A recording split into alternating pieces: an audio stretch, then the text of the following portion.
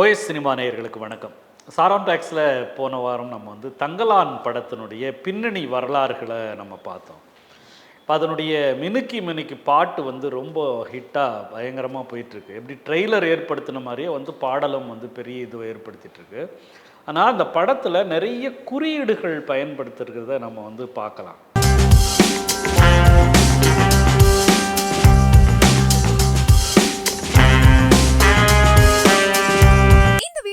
உங்களுக்கு வழங்குபவர்கள் Paces Pay, secure digital payments with multiple features and great success rate.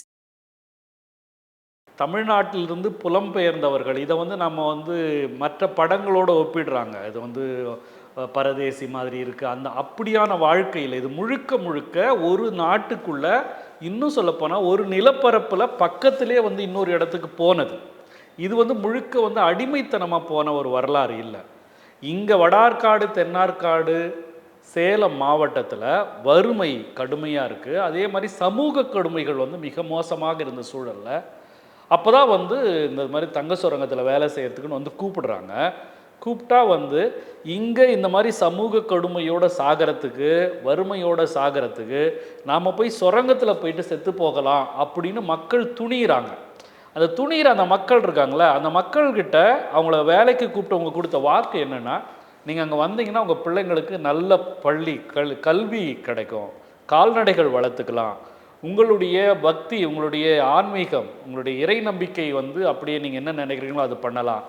அங்கே உழைக்கணும், உழைச்சா பணம் கிடைக்கும், அந்த பணத்தை வச்சு நீங்கள் உங்கள் பிள்ளைங்களை படிக்க வைக்கிறது, உங்களுடைய தலைமுறைகளை நீங்கள் எந்த சூழலையும் நீங்கள் வாழ வச்சுக்கலாம் அப்படின்ற ஒரு நம்பிக்கை வார்த்தையோட தான் அவங்க போகிறாங்க. நீங்கள் கோலார் தங்கவயலினுடைய முதல் தலைமுறை போனாங்கல்ல, அதனுடைய அடுத்த தலைமுறைகள் பார்த்திங்கன்னா மிகப்பெரிய அளவில் கல்வி பெற்றவங்களாக இருப்பாங்க. அங்கேருந்து நிறைய மிகப்பெரிய வேலைகளுக்கு போன மிகப்பெரிய அறிவாளிகளாக, மிகப்பெரிய சிந்தனையாளர்களாக அங்கிருந்து உருவாயிருக்காங்க. ஐஏஎஸ், ஐபிஎஸ் நிறைய வேலைகளுக்கு போயிருக்காங்க அடுத்த தலைமுறை. ஏன்னா அவங்களுக்கு தமிழ் வழி கல்வியும் ஆங்கில வழி கல்வியும் தடையில்லாமல் கிடைத்தது கோலார் தங்கவயலில் தான். இன்னொரு முக்கியமான சிறப்பை நம்ம இதில் பார்க்கணும். அந்த படத்தில் காட்டப்பட்டிருக்கிற குறியீடுகள் சியான் விக்ரமை நம்ம ரொம்ப முக்கியமாக சொல்லணும். என்னென்னா விக்ரமே அந்த படத்தில் ஒரு மிகப்பெரிய குறியீடு தான். ஒரு ஆதிக்குடி, ஒரு தொல்குடியினுடைய அடையாளமாக விக்ரமை மாற்றியிருக்காங்க. நீங்கள் தமிழ் சினிமாவில் வேறு எந்த நடிகனாலும் செய்ய முடியாத ஒரு டெடிக்கேஷனை விக்ரம் இந்த படத்தில் செஞ்சுருக்கார். பெரும்பாலான படங்களில் விக்ரம் அதை செய்துட்டே தான் இருக்கார்.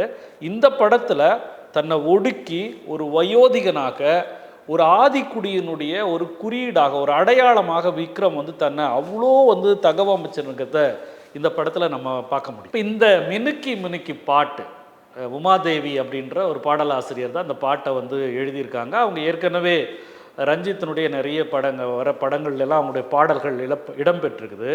அந்த பாடலில் பயன்படுத்தி இருக்கிற சொற்கள் எல்லாமே பார்த்திங்கன்னா அந்த வடார்காடு, தென்னார்காடு மாவட்டங்களில் புழங்குற சொற்களாக இருக்குது. அன்னக்கிளி அந்த பாட்டு தொடங்குது. சாஞ்சாடம்மா சாஞ்சாடுன்னு ஒரு தாலாட்டு தொண்டை மண்டலம்னு சொல்கிற வடார்காடு, தென்னார்காடு மாவட்டங்களில் குழந்தைங்கள அம்மாங்க தாலாட்டுவாங்க. அப்போ அந்த சாஞ்சாடம்மா சாஞ்சாடு, சாயக்கிளியே சாஞ்சாடு, குத்து விளக்கே சாஞ்சாடு அப்படின்னு அந்த பாட்டு போகும். அந்த அன்னக்கிளி அதுக்கு அடுத்து சாஞ்சாடம்மா சாயக்கிளி அப்படின்ற அந்த பாட்டை உமாதேவி அதில் பயன்படுத்திக்கணும். அப்படி எல்லா சொற்களுமே அவ்வளவு மிக நேர்த்தியான சொற்களாக அதில் பயன்படுத்தப்பட்டிருக்குது. இன்னொன்று அந்த படம் உருவாக்கி இருக்கிற அந்த காட்சிகள், அந்த படத்தில் நீங்கள் இந்தியாவிலேயே எடுத்துக்கிட்டால் கூட ஆங்கிலேயர்களுடைய தாக்கம், அந்த வெஸ்டர்ன் கல்ச்சர்னுடைய தாக்கம் அதிகமாக இருக்கிறவங்க கோலார் தங்கவயலில் இருக்கிறவங்க தான்.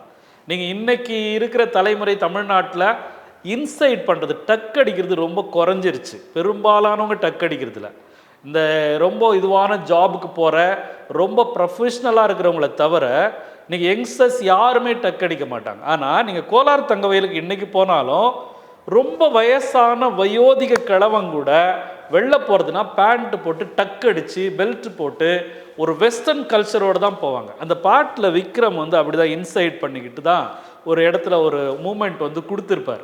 இது அப்படியே டிப்பிக்கலாக கோலாரில் இருக்கிற அந்த ஆண்களினுடைய ஒரு அடையாளமாக தான் அதில் இருக்கும். அந்த பாட்டில் கிரெடிட்ஸ் அந்த பேர் இவங்க டைட்டில் போடும்போது அது வந்து ஒரு பெரும் கரும் பாறையில் வந்து மின்னல் கீற்று மாதிரி அந்த பேரை போட்டிருக்காங்க. இதுவும் கூட அதில் வந்து அந்த கோலார் தங்கவயலினுடைய சிறப்பு என்னென்னா, அது வந்து பெரிய பாறை. அந்த பாறையில் வந்து கொடி தங்கம்னு சொல்லுவாங்க. அப்படி மின்னல் கீற்று மாதிரி அந்த ஒரு இழை இருக்கும். அதை அந்த பாறையை வெடி வச்சு உடச்சி அதுக்குள்ளே இருந்து அதை எடுக்கிறது தான். அப்படி வெடி வச்சு வைக்கிற வேலை வந்து அன்னைக்கு வந்து எந்த விதமான கண்டுபிடிப்புகளும் எந்த வளர்ச்சியும் இல்லாத காலத்தில் அப்படியே வெடி வச்சுட்டு வந்துடுவாங்க.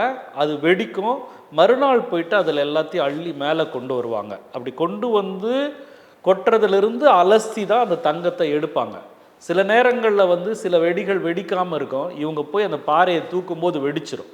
வெடிச்சதுன்னா அவ்வளோ பேருமே வந்து செதறி இறந்து போயிடுவாங்க. தங்களுடைய உயிரை வந்து பணையம் வச்சு மிகப்பெரிய ஒரு வேலையை வந்து கோலார் தங்கவயல் தமிழர்கள் வந்து அங்கே கொடுத்துருக்குறாங்க.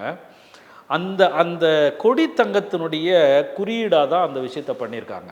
இப்போ இதில் விக்ரம் நம்ம சொன்னோம். விக்ரம் இல்லாமல் மாளவிகா மோகன், பார்வதி, முக்கியமாக வந்து பசுபதி போன்றவங்களாம் அந்த படத்தில் நடிச்சிருக்காங்க.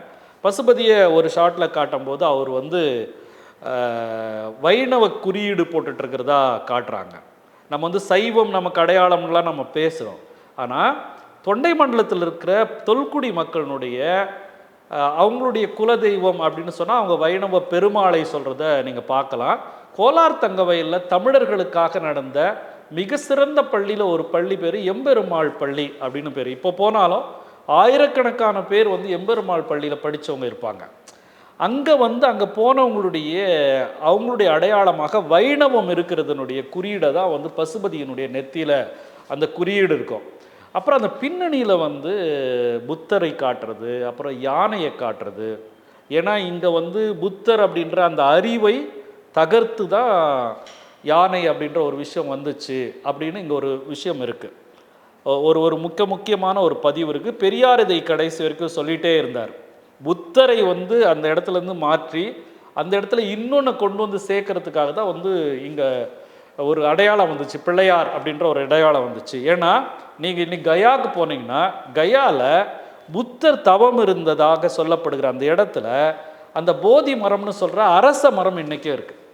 அந்த அரச மரத்தடியில் தான் புத்தர் வந்து தவம் இருக்கிறார். அந்த அரச மரம் தான் வந்து அது பின்னால் வந்து மாற்றப்பட்டு அந்த அரச மரத்தடியில் வந்து பிள்ளையார வைக்கிற ஒரு மரபு ஒன்று இருக்குது. அப்படி தான் இந்த வந்து மரபு திரிஞ்சுது அப்படின்னு ஒரு வரலாறு இருக்குது.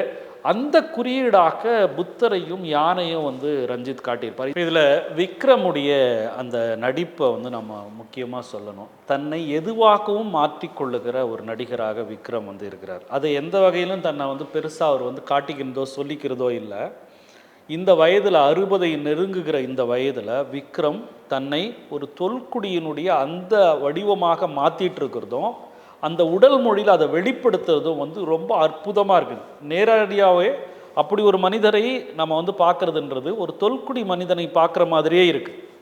இவ்வளவு மிக நேர்த்தியாக தன்னை வந்து அப்படி மாற்றிக்கிட்டு, ஏன்னா அதுதான் விக்ரம் சொல்லியிருக்காரு, இதுவரைக்கும் தன்னுடைய சினிமா கரியரில் எந்த படத்திற்கும் இவ்வளவு வந்து மெனக்கடலை, இவ்வளவு வந்து உடல் வருத்தலை வந்து செய்ததில்லை அப்படின்னு சொல்லி. அதில் ஒரு பெரிய விபத்தெல்லாம் கூட நடந்துச்சு. அந்த விபத்தெல்லாம் மீறி வந்து விக்ரம் வந்து அதை பண்ணியிருக்காரு.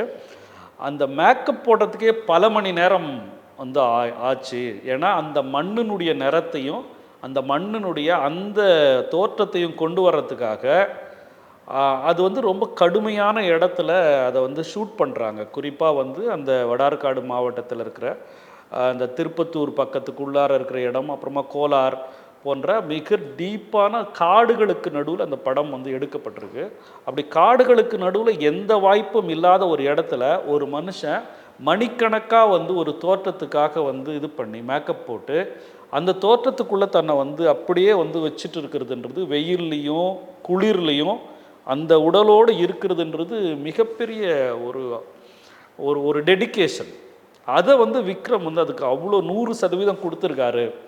அவ்வளவையும் ரஞ்சித் வந்து விக்ரம் கிட்ட இருக்கிற அவ்வளோ விஷயத்தையும் வந்து வாங்கிறதுக்கான ஒரு பெரிய வேலையை வந்து இதில் செய்திருக்கிறத நம்ம வந்து அந்த ட்ரெய்லர் பார்க்கும்போது அவ்வளோ மிரட்சியாக இருக்குது. நிஜமாகவே தங்கலான் தமிழ் சினிமாவுக்கு ஒரு மிக முக்கியமான ஒரு பக்கத்தை, ஒரு மைல் ஸ்டோனாக இருக்கும் அப்படின்றது அந்த ட்ரெய்லர்லேயும் அந்த பாட்டுலையும் பார்க்கும்போதே நமக்கு தெரியுது. இல்லை அந்த அந்த ஆர்ட் டைரக்ஷன் அந்த அந்த அந்த இடத்தையே உருவாக்குறது, அந்த அந்த காட்டில் அந்த தொல்குடி மக்கள் போகிறது, அவங்க பயன்படுத்தின அந்த ப்ராப்பர்ட்டிஸ், அவங்களுடைய குடிசைகள், அந்த பகுதி, அதுக்கான விளக்கு, இந்த எல்லா விஷயங்களையும் உருவாக்குறதுல எஸ்எஸ் மூர்த்தி அப்படின்றவரை தான் இதில் போட்டிருக்காங்க. இதுக்கு முன்னாடி ரஞ்சித்தோட படங்களுக்கு வந்து ராமலிங்கம் ஆர்ட் டைரக்டர் சில படங்களுக்கு இருந்தார். இப்போ இதில் வந்து வந்திருக்காரு.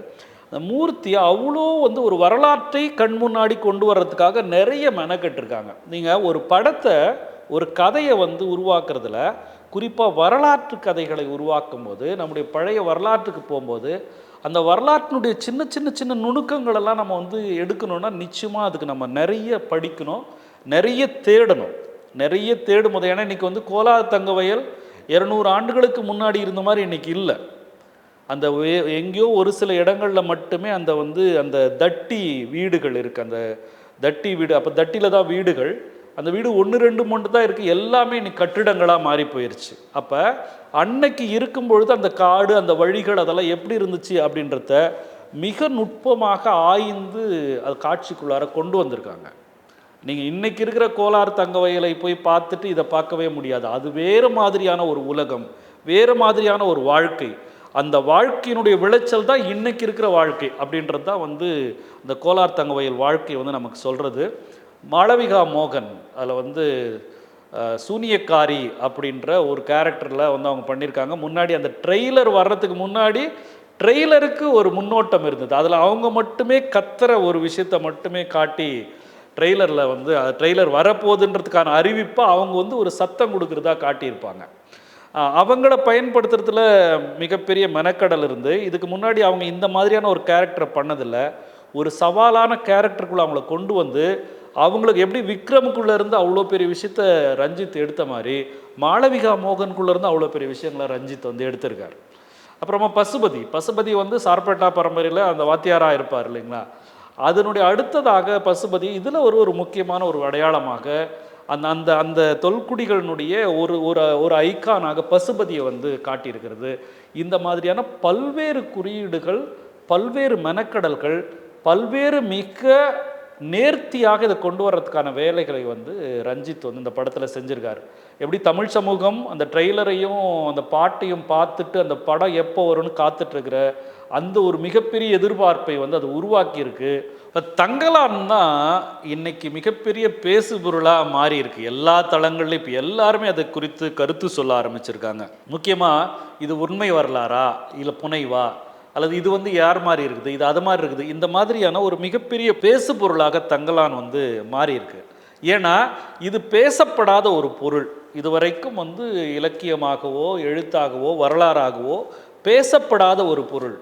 இப்போ நான் வந்து போன இதில் சொன்ன மாதிரி தமிழனின் புலம்பெயர் வரலாறு வந்து நமக்கு இருக்குது. இந்த இடம் கடலோடு திரைக்கடல் ஓடி திரவியம் தேடினாங்கன்னு சொல்லி நமக்கு நிறைய புலம்பெயர் வரலாறுகள் இருந்தாலும், நமக்கு பக்கத்திலே இருக்கிற இந்த வரலாறு வந்து நம்ம தேடி பார்க்கறதுக்கு அல்லது நமக்கு பதிவு செய்யப்படாத ஒரு வரலாக இருந்தது. இது நீங்கள் வந்து போனீங்கன்னா வேலூர் தாண்டி பேர்ணாம்பட்டிலிருந்து ஒரு 40 கிலோமீட்டர் போனோம்னா கோலார் தங்கவயல். அதுக்கு முன்னாடி ஆந்திரா வரும். அதுக்கு அந்தாண்ட போனோம்னா பெங்களூருக்கு அடுத்து கோலாருக்கு அடுத்து குப்பம் ஆந்திரா, அதுக்கப்புறம் தமிழ்நாடு. இந்த 3 மாநிலங்கள் வந்து சேர்ற ஒரு இடம் மலைக்கு மேலே இருக்கும். இதுக்கு பல்வேறு இடங்களில் வழிகள் இருக்குது. திருப்பத்தூர்லேருந்து இதுக்கு ஒரு வழி இருக்குது, கிருஷ்ணகிரியிலேருந்து ஒரு வழி இருக்குது. இது மாதிரி பல்வேறு வழிகள் இருக்குது. இன்றைக்கி பல வழிகள் வந்து வழக்கொழிஞ்சு போகுது.